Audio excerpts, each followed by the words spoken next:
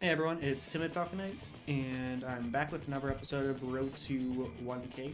And today's episode is going to be this Tier 4 standard match on the map Caustic Finale, which is one of my personal favorites, honestly, on the site. Which is the main reason I'm covering it, because it is against a lower level opponent. Next week will be a match against King Arthur, so you can look forward to that. Um, But yeah, I haven't actually done anything in Global League as Adder before. I think I might have done one for Egg Cup 1, the first match of that. Yeah, I think that one I played Adder. But this is the first like actual Global League that I'm going to be casting. Um, so yeah, on Cosmic Finale. I'm going to go over it relatively briefly, and then I'll get to the replay pretty soon as well. Caustic Finale is it's like my favorite standard map, and it's mainly because it's just a nice mixed base sort of thing. You got a lot of objectives you need to balance. You got the comm towers in the corner. You got the properties in the center areas, in the corners as well. It's a map in which you can do which artillery are pretty good because there's no battlecopters to counter them. There are a couple ports which, I mean, you could see use out of them, but you're really not going to see much use out of them. But you could have like a battleship, yeah, a Hail Mary battleship to prevent an HQ cap maybe, but you're not really going to see much out of this ports.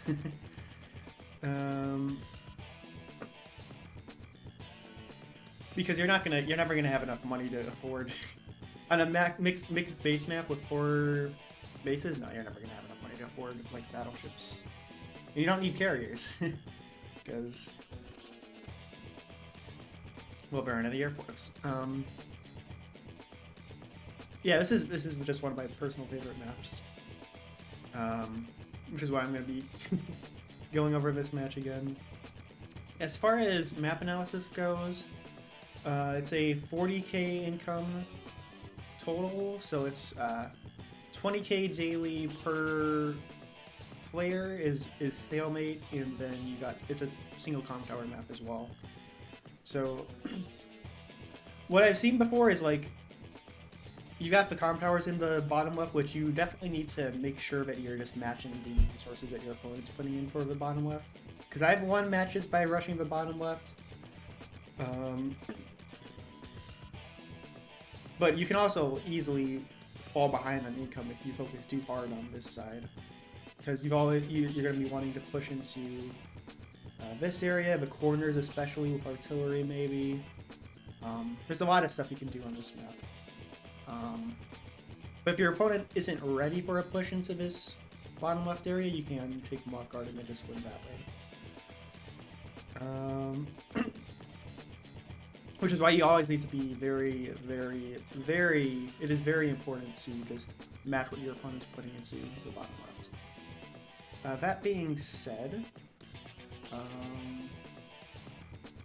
actually, I'll go into CO tier list. Tier 4. For Tier 4, you've got all of you guys in Standard. And if you go into map analysis, like, Adder's got the best win rate. I believe Jake's okay. Actually, Jake and Jess are that pot. And honestly, well, it's sort of tough because Adder doesn't actually get to wall break day to day. But because his power costs so little, and because it's a single comm tower map, if he can get control of a comm tower, he can just pop his power a lot. His little power a good amount of times all the time, and then he can wall break that way. So that's something you always have to keep into consideration when you're playing this map. I think that's Adder is probably the best pick for this map overall because it's a mixed base and it's no airport. So you're going to be seeing a lot of infantry engagements because of the mixed base thing, making Jess a bit tough.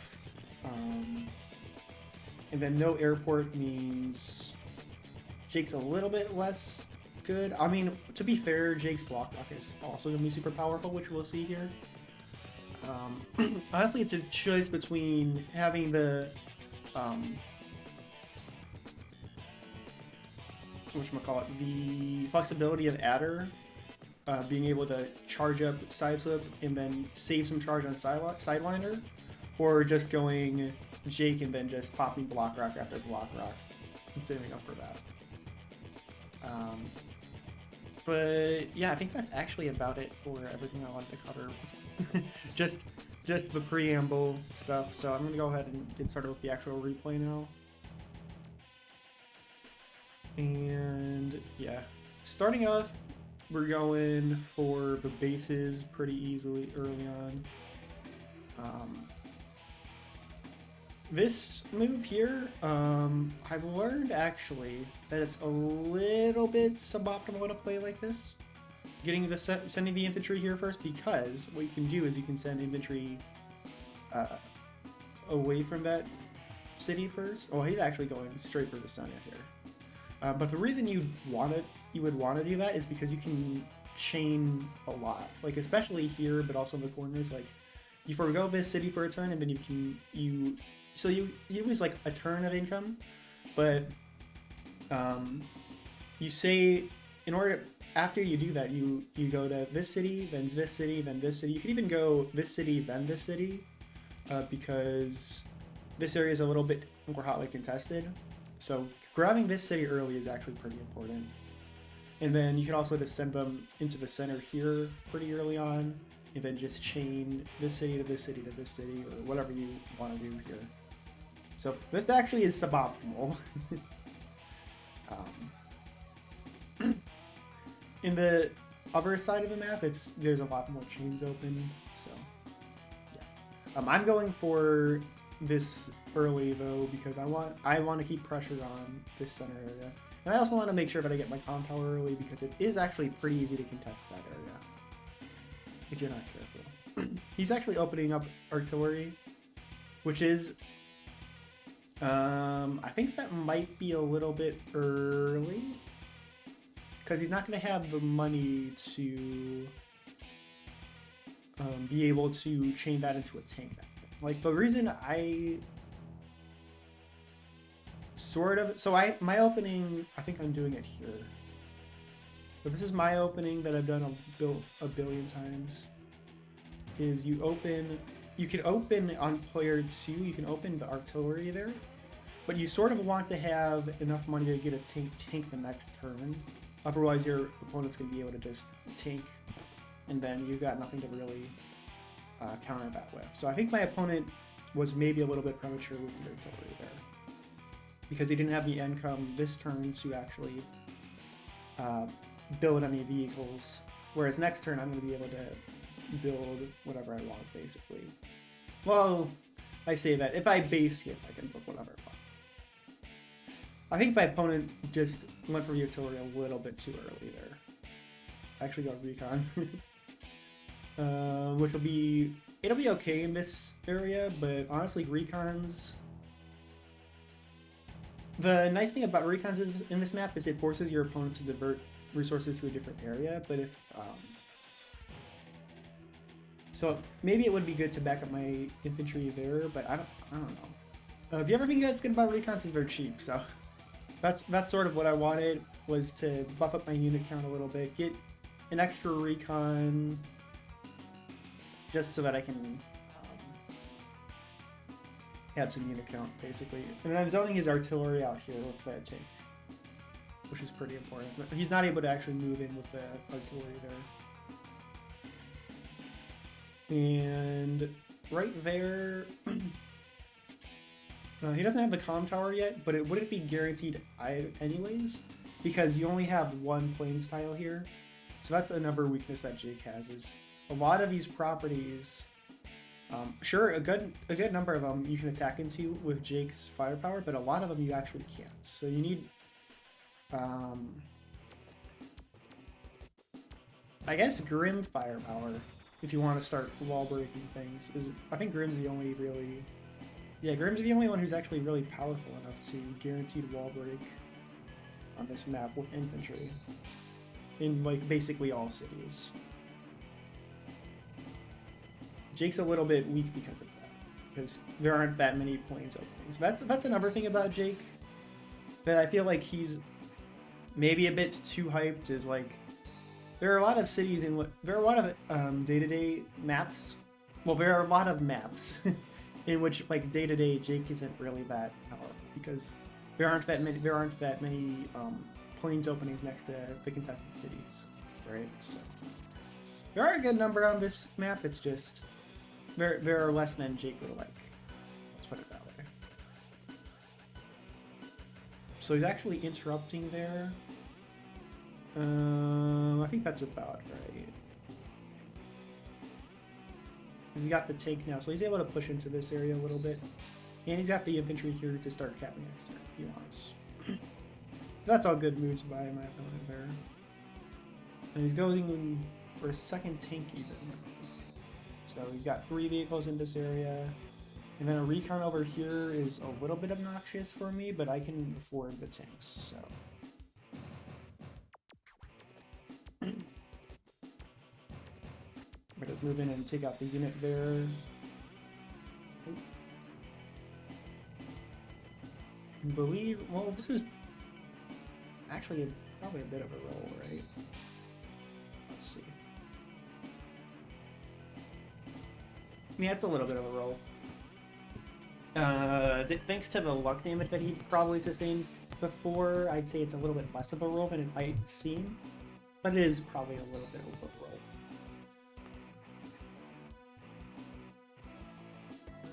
Now I am lining up my tanks here to sort of have a push into the left area if I want. And then I'm just keeping them on the cities because that's where they're safest, basically. Honestly, I could afford to be a little bit more aggressive with this tank, probably. I could probably put him on this. I could definitely put him on this city for now. So there's nothing in range of it. And then I have a bit more openings there. But I go medium tank into north here, actually. Because he's mech spamming a little bit. And mechs are they're okay on this map. But they do incentivize your opponent to go medium tank, because that's the only real mech counter on this map, is just higher tech units, because there aren't any battlecopters.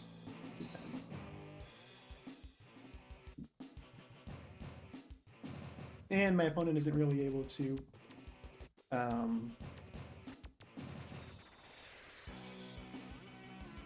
stop that medium tank for a little bit.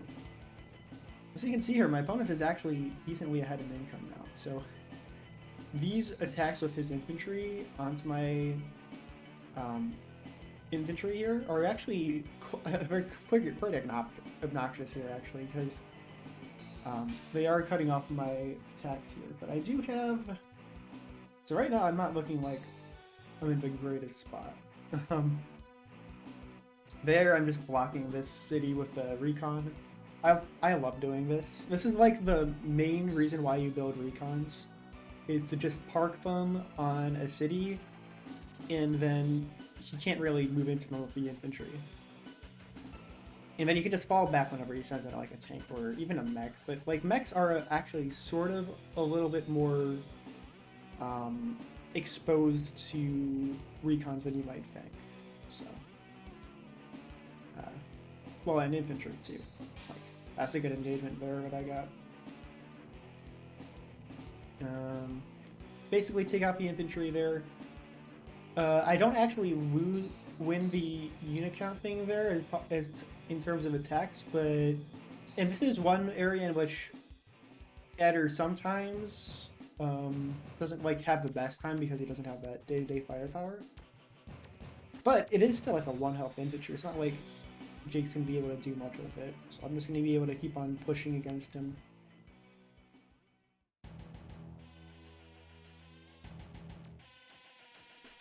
There, and then I've got my infantry lined up to start pushing this area.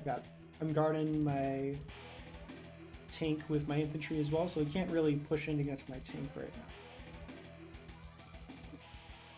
He's pushing me back off of these properties, but I did overextend a little bit with my infantry. But I have taken out his mech with just like 1, maybe 2 infantry. So that's not like the worst thing in the world. I am falling behind quite considerably on unit count though.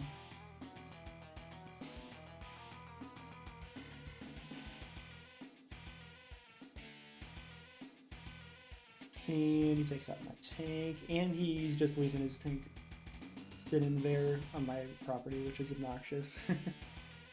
This turn I go in with the medium tank, take out the infantry. And then I'm winning in this area. It's sort of a stalemate in this area, I think, right now. But the important thing for this engagement is like my opponent's built mechs, but Jake actually, with his superpower, he doesn't actually get mech movement. So it's not necessarily the best idea to just spam mechs like he was, to build mechs as Jake.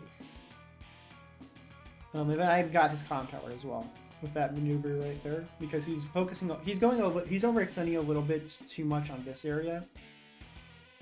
So I'm punishing him a little bit by taking his comm tower, got it cut off.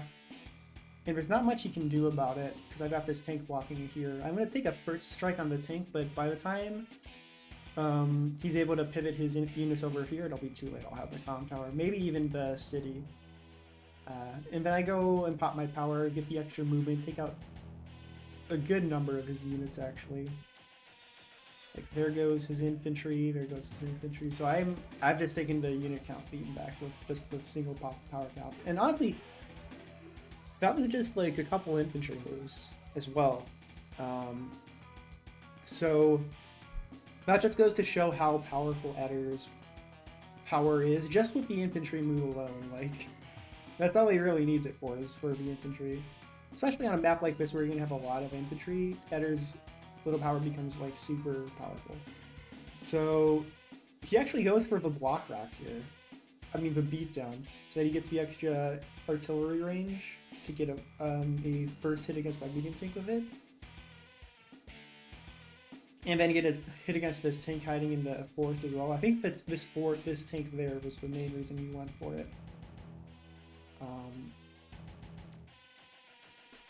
mean, he's able to move in a little bit here, but like he's not, this isn't a plains tile, so it's not going to be like super powerful there. And it's just his little power as well, so even if he had plains, it's not like it would be that big of a deal either. But he is going pretty aggressively here. I can fall back with my infantry to interrupt the cap, which I think is what I'm going to end up doing here. But as you can see here, I actually can just hold off this tank for another turn, and I'll have this area completely routed with my tanks. He's got a tank here to finally start pushing in this area, but I'm going to have this city secured with this infantry, I believe. I'm actually taking out the mech entirely, yeah. Which I don't know. I'm going to have is probably worth it. I'm going to end up losing the infantry, which is going to bite. So I don't know if it ended up being worth it, because it was just a 1 health mech. Like, what's he going to be able to do with that? So if I should probably just fallen back with this guy onto this property, and then just left it with his mech to just hang out, because like there's not much he could do with it. He's not going to be able to interrupt this cap with it, right? Then I just go for the attack into there, because he is going to be able to get an artillery hit on me, but to be honest, like that'll just help charge up my power a little bit. So that's perfectly fine by me. I'm ahead in income right now, so I can't afford to take a hit on my medium tank. He doesn't have any medium tank of his own yet, which I think was a big mistake from him, was not building any medium tanks really. You definitely, when your opponent builds a medium tank, you definitely need to save up for your own, because otherwise you're just going to be giving them basically uncontested control of the area. Even if you have artillery, like my opponent does, and you're able to get a good couple shots off of it. So like, but yeah, like, see, he took out half my medium tank there, but like, it's not like his tanks are going to be able to finish it off or anything, so it's not going to end up mattering. got a second tank here, but it's already too late for that.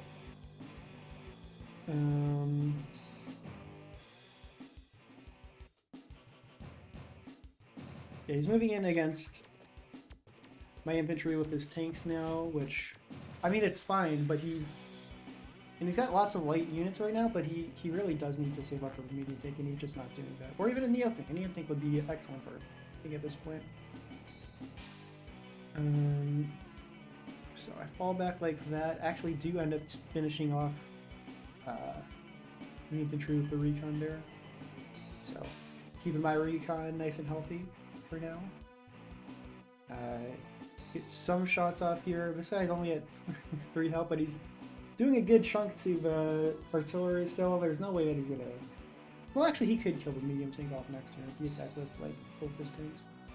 But I go for the sides up here. Again, for the infantry move. Like, that's the main reason why it's so powerful, is just being able to get that 4 infantry move. It just lets you do so much, especially on a map like Caustic Finale.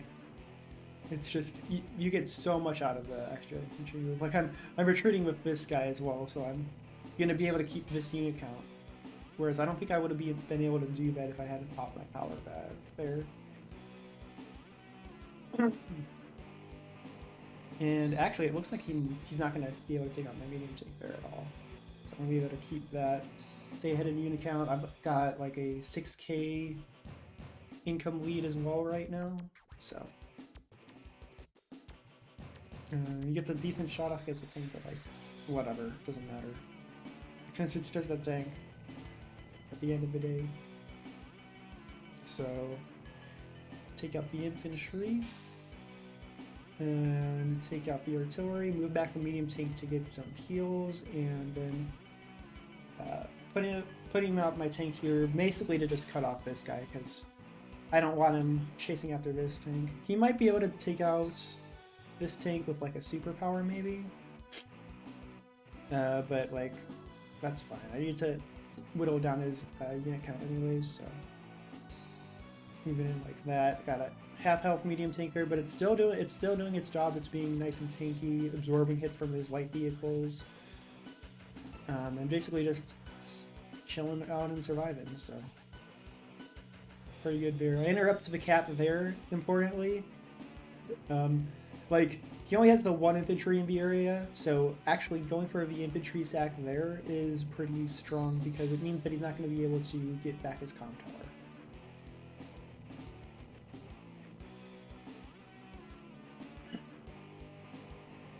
tower. Hiding out on the mountain there, honestly, like, look at how little damage this weekend tank is doing here.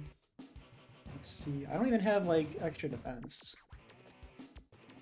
Like, this is a low row, I believe, but still, like, should be expecting a tank to be doing, like, half at least, but it's only doing 3 there, which is really nice. He doesn't actually get to block that, so my tank there is safe for right now. Then he moves in with the artillery there. Sort of to chase away my recon and interrupt this cap, because he doesn't want me to get that cap, obviously, if he can help it. Take out the tank like that there with the weakened tank though, because me as well, and then I pop another side slip, so I interrupt that cap there. Actually, I like completely just, he's not going to be able to do anything with that infantry to join cap either next. Which is important. I'm able to go all the way around to finish off that infantry. And then I actually am able to move in against the artillery, and I take out the mech with the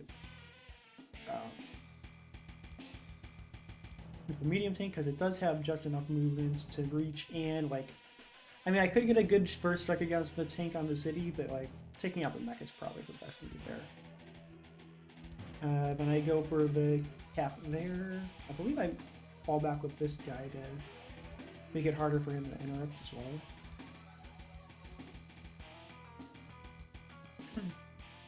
But yeah, you're able to just see how good Adder's power is, specifically because of the extra infantry move. Like, it's super good on this map. Oh, I actually moved in like that. Interesting. So he pops his super. He's able to do a little bit here with it. He's able to take out my weakened tank. Started capping these two properties, so he's going to be able to swing a little bit of the income back towards him. Takes out my tank there as well, but he ends up resigning here. And the reason he goes for a resign here is because, well, he just doesn't have anything to deal with the medium tanks, honestly. That's his main reason. That's the main reason. And he's not going to have enough money to afford it either. That's one of the main things that you want to do when you're up ahead on income, is you want to go for you want to build units that your opponent can't really afford to deal with, right? So on an airport, if you were on a map of an airport and you're ahead in income, what you want to do is you want to build battlecopters if you can afford them, because it forces your opponent to build anti-air to deal with it. And that makes it so that they have less tanks on the field. So that way you have a easier time dealing with their tanks. You can just focus down their anti-air with your tanks, and then you're good that way. Of course, you always want to make sure that you're building as many units as you can every turn. So when I say afford it, I mean afford it. Like, you don't want to be base skipping for a higher tech unit, really ever. But it's like, if you're down on income and you can barely afford a medium tank, but your opponent has like a medium tank, it is definitely worth it. Potentially, it is potentially worth it to base skip to get the medium tank onto the field earlier. Or you could always just build infantry for a turn, and then you can get a neo tank the next turn, and then it'll be heading to the front a little bit faster. And you have a way to deal with it a little bit easier as well. So that's a way to deal with teching up, is just to save income for a turn and then build like a neo tank, especially against like medium tanks. But my opponent ended up just not building medium tanks or neo tanks or anything. He just built light units all game, and I was able to take advantage of that. So I think that's the main reason my opponent lost, was like, even on a map like this where you do have the production capacity to do artillery to deal with medium tanks. What my opponent did here actually was they didn't actually build up enough of an artillery block to deal with my medium tanks. Like, if you're going to end up building artillery on this map, you kind of want to build like 1 or 2, especially if you're, well, 2 or 3 even. In an area, because the more condensed your artillery is, the less medium tanks can just move into there. Medium tanks can do okay against, they can do fine still against a bunch of light units and a single artillery, because like they can take the artillery hit, and then the light vehicles can't really do much against them. But if it's 2 artillery guarding an area, that's a lot more problematic for a medium tank, because they can get shot twice, and then they can get finished off pretty easily by like just regular tanks. So yeah, like, since my opponent was behind on income, I do see the advantage of going artillery instead of medium tank. But the issue is, like, he didn't go into that heavily up. And then also, me being able to take the bottom left here was also pretty important, because it swung the property and the comm tower, which with 2 comm towers, Adder's going to be able to just wall break all day to day. So he's able to start investing into just light vehicles all day. And he's able to just take out the light vehicles, even if they're on cities, right? So yeah, that's it for today's matchup, really. So as outro, next week's gonna be this relatively short match against King Arthur. And then, yeah, I'll be I'll be showing off a good amount of stuff there. As as far as what not to do against a really good player, he's probably at like 1200 at this point, right? Yeah, 1200 at least. So this was one of the few occasions where he was down in like the 1100 level. But yeah, that'll be an exciting match. So if you enjoyed, go ahead and like and subscribe and all that other nonsense. And I will see you guys next time. Yeah.